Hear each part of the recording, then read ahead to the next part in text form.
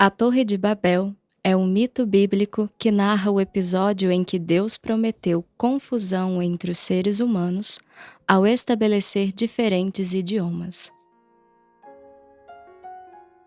Das páginas da revista Esfinge para o podcast da Nova Acrópole. O artigo de hoje é A Torre de Babel. No relato bíblico, todo mundo utilizava uma mesma língua e mesmas palavras. Quando os homens se deslocaram até o Oriente, encontraram um vale no país de Sinear e ali se estabeleceram. Disseram uns aos outros: Vinde, edifiquemos para nós uma cidade e uma torre, cujo topo chegue até os céus, e tornemos célebre o nosso nome, para que não sejamos espalhados por toda a terra. Então desceu o Senhor para ver a cidade e a torre que os filhos dos homens edificavam. E disse: Eis que o povo é um, e todos têm a mesma linguagem. Isso é apenas o começo.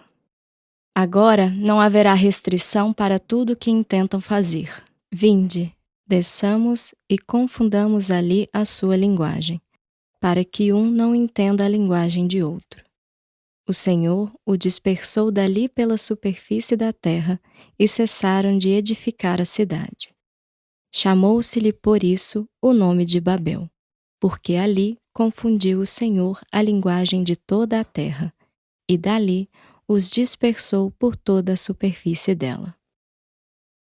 A lenda da confusão das línguas tem uma origem etimológica. O relator bíblico que escreveu possivelmente em tempos de cativeiro dos israelitas na Babilônia, interpreta a palavra Babel no mesmo sentido de confusão, nesse caso, confusão de línguas. Do mesmo modo, os gregos, que não compreendiam a linguagem dos estrangeiros e nem dos persas, adotaram mais tarde o costume de designá-los com o nome pejorativo de bárbaros. A repetição da sílaba ba simboliza a desorganização aparente dos dialetos não gregos, quaisquer que fossem, com respeito à rigorosa organização da língua de Homero. Mesmo em nossos dias, a linguagem abundante e confusa das crianças se denomina balbúcio.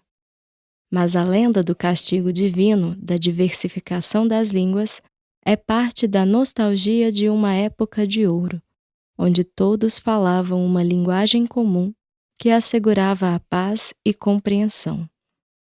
Quando Heródoto visitou a Babilônia em 460 a.C., ficou impressionado com as imponentes ruínas do zigurate, com suas 8 torres construídas originalmente uma sobre a outra, que denominava a cidade.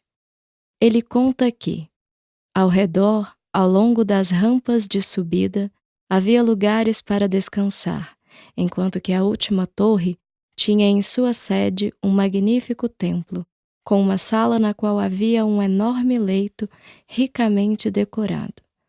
Mais abaixo, outro templo custodiava uma estátua de Zeus e diversos móveis, todos de ouro.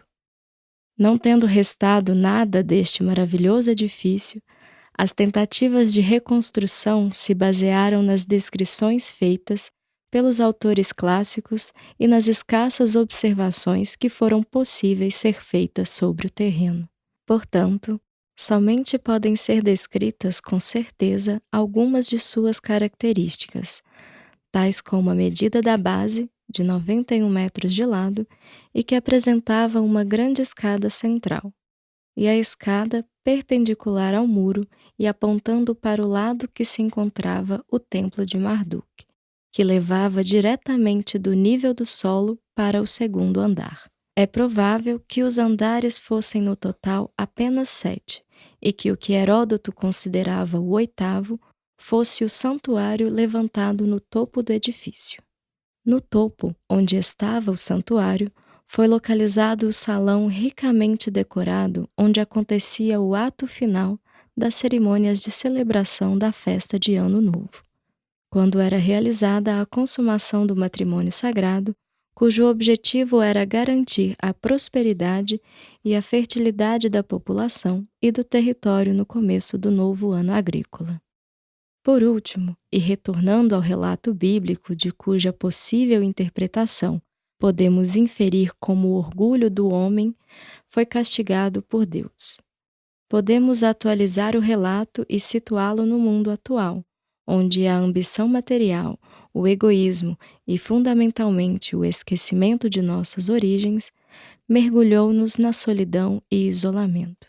O reencontro com nossa própria essência e a unidade espiritual pode liberar-nos da Torre de Babel, na qual nos encontramos, e acabar com a falta de entendimento entre os seres humanos. As reflexões deste podcast foram retiradas do artigo A Torre de Babel, escrito por Isabel Suita, que você pode ler na íntegra no site revistaesfinge.com.br. Eu sou Bruna Costa, voluntária da Nova Acrópole.